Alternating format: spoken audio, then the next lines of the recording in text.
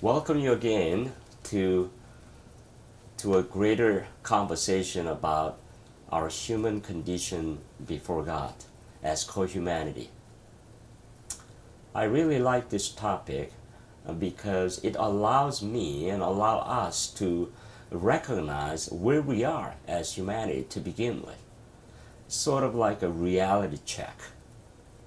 You remember we talked about Isaiah chapter 61 when it talks about how all humanity are broken. You and I, regardless of race and age and social condition, social status and whatnot, how dysfunctional we may be or functional we may be, one thing that we all share as co-humanity is that all of us are broken and we are broken people. And that brokenness clearly tells me that I am not in a place where I have everything together. I am not near to be perfect. I am imperfect. I am fallible. I make mistakes and I can falter from walking on the right path. And we have wrong motives, and sometimes our desires are not in line with what is pure and healthy. And so we as called humanity, one thing that allows us to be sympathetic and compassionate toward one another, it is that we share brokenness together. Remember the quotation that was given to us by Steve Audubon, when in fact he was a pastor, and then his wife left him, and then he came up with this slogan after coming to terms with his own brokenness. You see, as a pastor, he put on a facade, put on a mask as if he was fine. We play that in church a lot, right? We try to pretend to be someone who could be more acceptable to other people than we really, really are, because we are afraid that if we truly show who I am inside, people may not like it and we may not be accepted by people. And so we hide behind the pretense of being someone that we are not. And it is tiring for us to play a game like that. And so for me to be in touch with the brokenness of my life, allow me to be compassionate toward others, because I have no right to judge someone else and be judgmental, thinking that I'm better or I'm worse. You see, either way we get in trouble, right? Thinking that I'm better than somebody else. And then we get in trouble of allowing ourselves to be more than we are. And it's called self-exaggeration, and that's a real problem. And just being in a place of pride is a big problem, right? But then on the other hand, thinking that I'm the cause of all problem that I face, in my family face, my relationship is facing, and that is also a problem too. So we can't be in this extreme kind of place where we dump all the blames on somebody else, thinking that I'm better than anybody else. Or on the other hand, I can't be in a place where I take all the blames and going through this self-pity and then putting myself down and so forth. Well, the Bible clearly tells us that all of us are broken. None of us are any better or any worse, and all of us are in this state of brokenness together. And therefore, I would like to share this thought with you. That if I'm broken, if you're broken, not only we all need to be compassionate to one another, but we need to be able to talk about it and talk about some of the vulnerable stuff that we may not want to share, but we need courage to be able to be open and share about our brokennesses in such a way that we would do it, we would share it without feeling ashamed. You see? Did you catch what I just said? We need to learn to be able to be open with one another about some of the vulnerable things about ourselves without feeling ashamed or feeling guilty. There's just too much shame and guilt associated with me not being perfect, me not living up to the par, so to speak. The Bible says all of us are broken. And then today I'm going to introduce one of the areas that allow us to realize our brokennesses.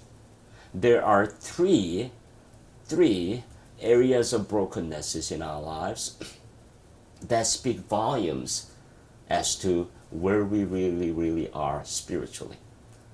Number one is called bankruptcy, being in a state of bankruptcy. It all begins with B, helping you to understand it better. So number one characteristics of us being broken is called bankruptcy. Okay?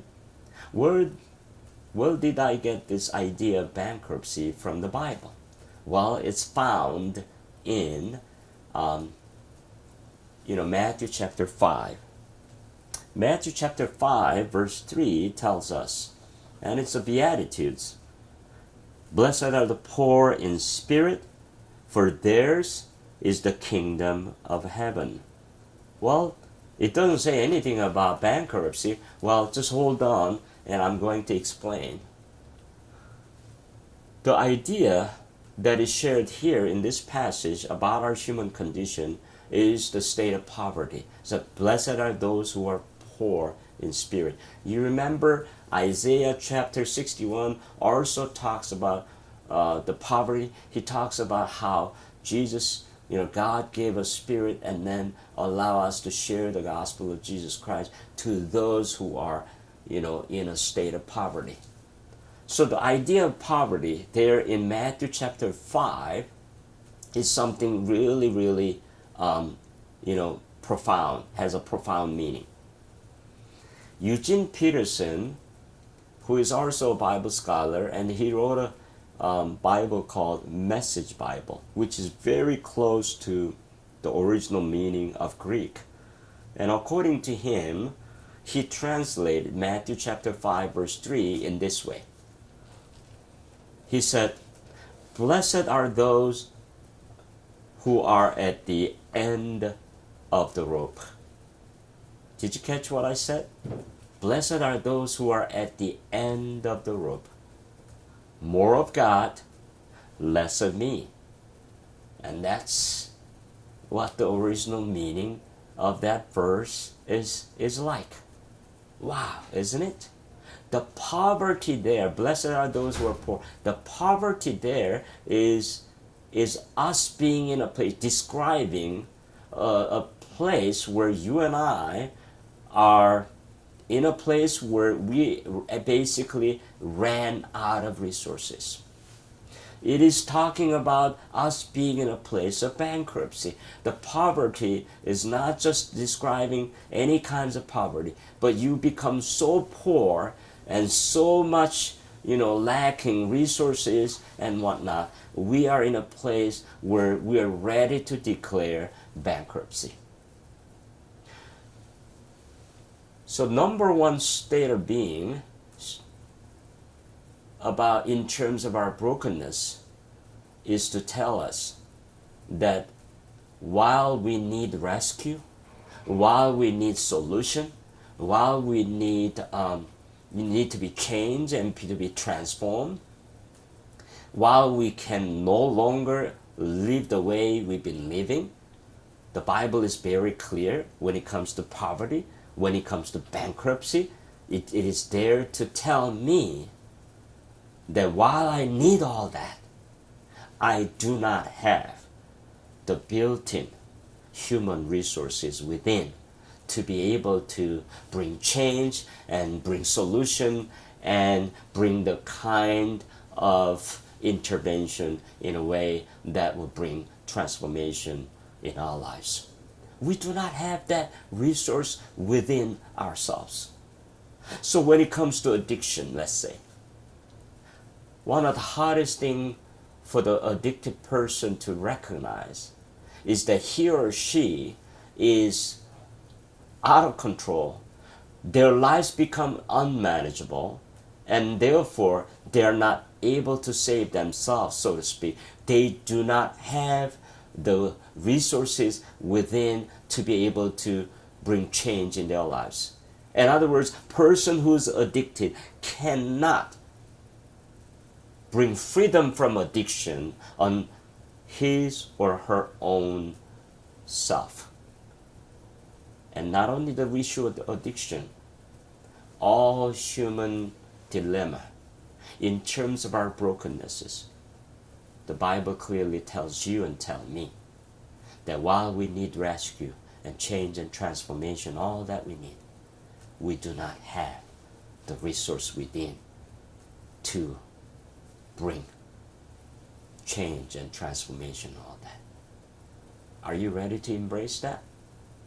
Ready to embrace that I do not have the resource within me to bring the kind of foundational change and transformation and the solution that you and I need in my life.